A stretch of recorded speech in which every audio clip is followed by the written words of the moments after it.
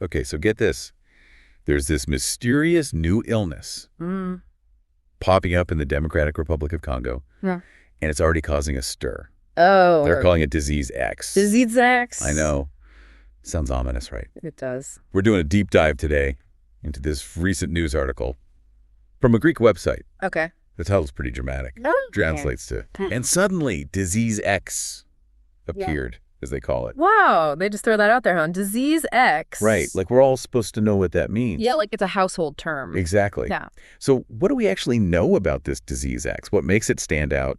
And what should we be paying attention to? Let's unpack it. Yeah, absolutely.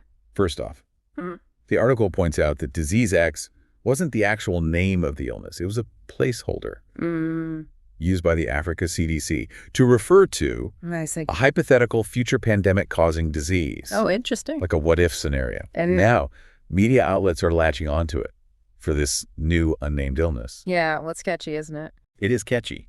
But let's break down what we know. This new illness has emerged in Congo province, in the DRC. Okay. What's really concerning is the fatality rate. As of December 5th, they've reported 406 cases, and 31 of those have resulted in death. That's high. It's a significant percentage, and it's mainly affecting children. Wow. Mainly children. Yeah. That is concerning. It's alarming, right? It is. I mean, what should we make of that fatality rate Yeah. compared to, say, the flu or even Ebola? Yeah, you're right to point that out. We need to compare it to other diseases to get some perspective. So, for example, the seasonal flu usually has a fatality rate less than 1%, while Ebola can be anywhere from 25% to 90%. This Disease X at almost 8%, full somewhere in between, but it's still much higher than the flu. It's serious. Okay, yeah, that puts it into perspective. So what about symptoms? What are we seeing here? Well, according to the World Health Organization, who is already on the case, the symptoms, they're including fever, headache, cough, runny nose, and body aches. It's pretty generic. Pretty generic, yeah. Makes you wonder. Yeah. How many other illnesses could be hiding behind those same symptoms? Exactly. That's one of the big challenges with new diseases. Those initial symptoms, they overlap so much, it makes early detection and diagnosis difficult. Yeah, for sure. The article mentions these cases were reported between October 24th and December 5th of this year. Not a huge time frame, but enough to cause worry, don't you think? Yeah, the timeline is important. It's not long, but it's enough to see its potential for spread. And this is where the WHO's involvement becomes really important. They've deployed rapid response teams to investigate the cause, gather samples, and figure out how it's transmitted. That's encouraging. The WHO taking swift action, deploying rapid response teams is a good sign that they are taking this threat seriously. And when we talk about rapid response teams, what does that actually look like on the ground? Well, you're talking about groups of experts, highly trained, who specialize in outbreak investigation and control. They are equipped to collect samples, like blood, swabs, even tissue samples, to analyze and figure out the cause, whether it's a virus, bacteria, or something else entirely. They're also interviewing patients, tracing contacts, mapping the spread of the disease. It's a comprehensive effort. So it sounds like a full court press to get a handle on this thing. Yeah. It makes you think back to how they responded to past outbreaks. Like Ebola, getting ahead of the curve is crucial. Absolutely. The WHO's response here echoes their approach to past outbreaks, especially those with pandemic potential. Early intervention is key. As we've seen with Ebola and other diseases, it's key to contain the spread and minimize the impact. So we've got a new illness with a worrying fatality rate, potentially spreading in the DRC. And then there's the whole Disease X label, which adds a layer of anxiety to all of this, doesn't it? The Disease X moniker does make you pause. It's interesting that a term originally intended for a hypothetical threat is now being used for a real illness. It suggests this outbreak is potentially significant, maybe even on a global scale. Almost like it jumped straight out of a science fiction novel. This Disease X is becoming a reality. Right. Should we be concerned about a pandemic at this point? It's too early to say for sure if it will reach pandemic levels. But the Disease X label is a wake-up call.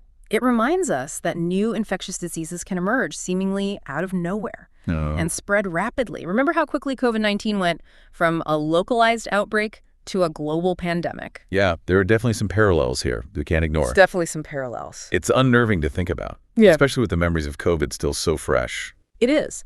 But it's also an opportunity to apply the lessons we learned from past pandemics. We now have a better understanding of how viruses spread, the importance of public health measures, like masking and social distancing and international cooperation. We're not starting from scratch, and that's a significant advantage. So there's a sense of déjà vu. Yeah. But hopefully, we're more prepared this time around. Precisely. The situation is serious, but it's not a cause for panic.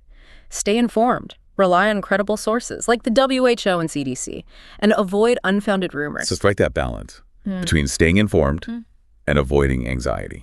We've uncovered some key details about this new illness, the symptoms, a fatality rate, and the WHO's efforts to investigate. And then there's that lingering question about the disease X label and its potential implications. This feels like a good place to pause and let you, our listener, process everything. What are your initial thoughts? What stands out to you? And what questions are swirling in your mind? We're on this journey of discovery together. And by engaging in thoughtful discussion and sharing our perspectives, we can navigate this uncertain landscape with a sense of shared understanding and purpose. You know, as we dig deeper into disease X, it's worth considering why the Democratic Republic of Congo seems to be a hotspot for these new infectious diseases. Yeah, you're right. It seems like we hear about new diseases coming from that region pretty often. Yeah. What makes it so susceptible? Well, there's not just one reason, but several factors contribute. For starters, the DRC has a vast and diverse ecosystem. It's home to a wide array of animals, many of which can host viruses that can spread to humans. So we're talking about what are called zoonotic diseases, right? Exactly, the kind that jump from animals to humans. It's like this complex web of interactions between humans, animals, and the environment. Yeah. And the more interactions, the higher the risk Exactly. of a virus making that leap. It's like rolling the dice. The more you roll, the higher the chances of landing on a certain number. So more interaction, more risk. What other factors are at play? Right. Poverty and limited access to healthcare also play a significant role. These factors can hinder early detection and containment of outbreaks if you don't have the resources to quickly identify and isolate cases. The virus has more opportunities to spread. I see how limited resources would be. A huge disadvantage in responding effectively. What else? We can't overlook the impact of political instability and ongoing conflicts. These situations can disrupt healthcare systems and displace populations, making it incredibly difficult to track and control outbreaks. It's like a perfect storm of circumstances that create an environment where these new diseases can thrive. It's a complex interplay of environmental, social, and political factors. And this isn't unique to the DRC, right? Right. It's not. It's a reality for many parts of the world. It's a stark reminder that global health is interconnected. What happens in one part of the world can affect us all. Absolutely. It highlights why international collaboration and support are crucial in addressing these challenges. So we've talked about the factors that make the DRC vulnerable to outbreaks. But what about this specific disease X? What are experts saying about its potential to become a pandemic?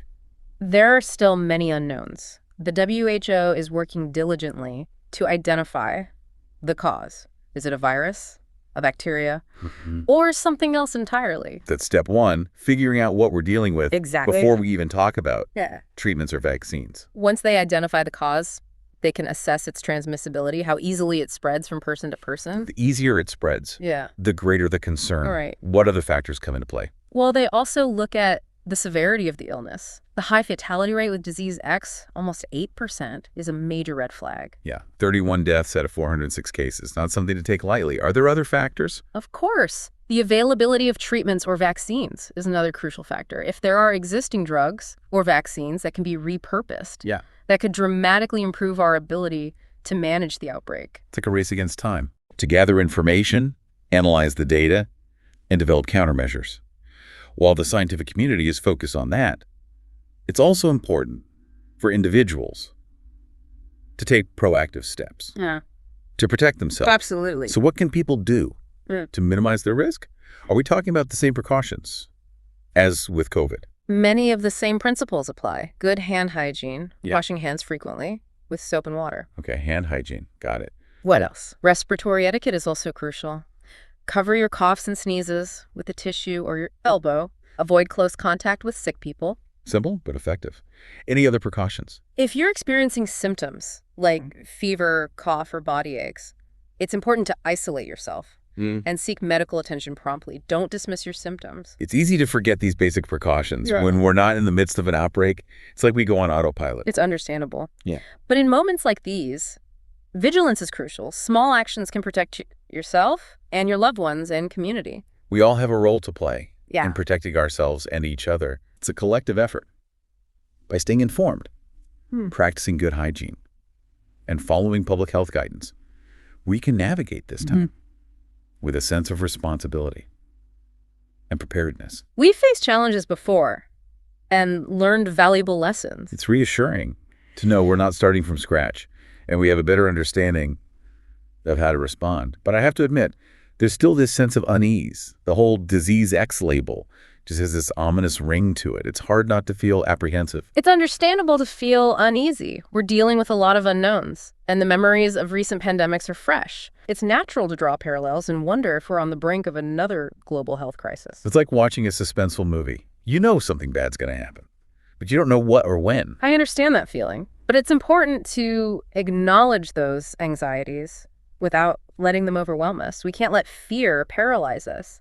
Focus on what we can control. We've learned from past outbreaks, and the global health community is more prepared. So while we can't predict the future, we can learn from the past and take steps to mitigate risks. That's empowering. And that includes staying informed, but also being mindful of the information we consume and share. You're talking about misinformation. Precise. And the dangers of spreading panic. In today's digital age, information travels so fast, it's more important than ever to be discerning consumers of information. Don't just accept everything at face value. Right. Check your sources. Look for evidence-based information and be wary of sensationalized headlines. So, stick to reliable sources, double-check facts, and avoid clickbait. Exactly. Critical thinking is our best defense against fear-mongering and misinformation. It's about asking questions, evaluating information, and not jumping to conclusions. So we've explored a lot. Yeah. The factors that contribute to outbreaks, the importance of individual responsibility, and the dangers of misinformation we've talked about. Concrete steps we can all take, protect ourselves and our communities. And we've emphasized staying informed, but also staying calm. Panic won't solve anything. We need to stay informed without letting fear take over. Now that we've delved into these critical aspects of Disease X, we want to hear from you, our listener. What has resonated with you? What insights have you gained? What questions are still lingering? We're in this together. And by sharing our thoughts, concerns, and questions, we can create a more informed and resilient community. Your perspective matters. We're back for the final part of our deep dive into Disease X. It's almost like we're living in a suspense thriller, right? It does have those elements, doesn't it? Mysterious illness, a high fatality rate, the race to find answers, and the looming threat of a pandemic. It's unfolding in real time. Exactly. But unlike a movie, we can't skip to the ending. We're experiencing this in real time. That's true. Which makes it even more unnerving. It does. And it underscores the importance of responsible reporting, avoiding sensationalism. We need to stick to the facts, the science, and the evidence. Absolutely. So let's shift gears a bit and explore some potential scenarios. What are the possible outcomes here? Give me best case, worst case, and everything in between. All right, let's start with the best case scenario.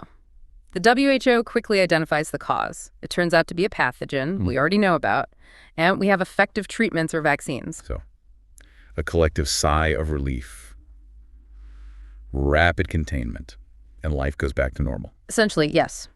The outbreak stays contained, the cases decrease, and the Disease X scare becomes a memory. That's what we're hoping for. But what if Yeah. it's not that straightforward? Well, there's a range of possibilities between best and worst case, for example. They might find it's a new virus, but one that doesn't spread easily. It's still serious for those who get infected, Right. but not a global threat. Exactly. The outbreak might stay localized, and while they work on treatments and vaccines, the risk of a pandemic stays low. A contained Yeah. but ongoing challenge. This is the worst case, the one we're trying to avoid. What does that look like? In that scenario, we're talking about a highly transmissible and deadly pathogen with no available treatments or vaccines. So rapid spread, high fatality rate, Yeah. and a full-blown pandemic. It's the scenario public health officials are working to prevent. We would likely see familiar measures on a large scale, travel restrictions, quarantines, lockdowns. Like what we saw with COVID-19. Right. And hopefully a global effort to develop treatments and vaccines. Absolutely. A coordinated global response would be essential. We've talked about the range of possibilities, from best to worst. Now let's talk about something that's often overlooked, the ethical consideration. You're right. Disease outbreaks often raise complex ethical dilemmas. How do we balance individual rights with public health? Exactly. It's a tough balancing act. It reminds me of the debates about masks and lockdowns during COVID. Right. There are also questions about resource allocation. How do we ensure that treatments and vaccines are distributed fairly? Who gets priority? It's a global challenge that requires global solutions. And then there's stigma and discrimination. We saw how fear and misinformation fueled xenophobia during COVID-19. We need to be mindful of that. Viruses don't discriminate, and neither should we. Compassion and understanding are essential. Absolutely. We need to combat stigma and promote empathy. As we wrap up this deep dive, what's the takeaway message you want to leave our listeners with? The key message is this. While disease X is uncertain, we're not powerless. We can take steps to protect ourselves, stay informed, support research, and advocate for ethical responses. Be prepared, not panicked. Exactly. Stay informed, but stay hopeful. And remember, we're all in this together. Listeners, what will you do with this knowledge? How will you contribute? Keep those questions in mind. Stay curious, stay engaged, and remember, we're all in this together.